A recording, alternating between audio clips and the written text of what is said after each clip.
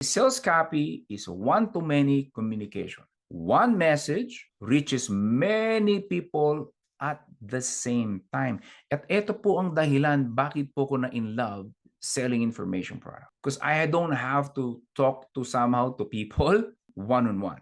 I can just send an email, boom, sales will gonna come in. So when you talk to someone one-on-one, obviously that's called one-on-one communication, one conversation, one person. And one-on-one is probably the best way to sell your stuff. But the challenge, obviously, for one-on-one is you have very limited time. Kunwari na lang, pagka one-on-one, you can convert 15%. Pagka one-to-many, you can only convert 3%. So there's a difference, right? So obviously, mas mataas po yung conversion ng one-on-one. But again, the challenge is you can only talk to so many people.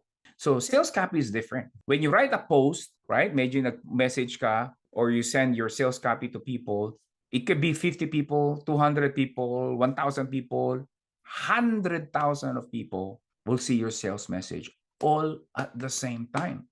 Now, leverage is a key here because isang beses mo lang ginawa yung sales copy mo, or other term is sales letter, but they mean the same thing. Okay? So isang beses mo lang ginawa, and ngayon with the help of AI, hindi mo na kailangang aralin. Okay? But I hope that you can see the power of selling using sales copy.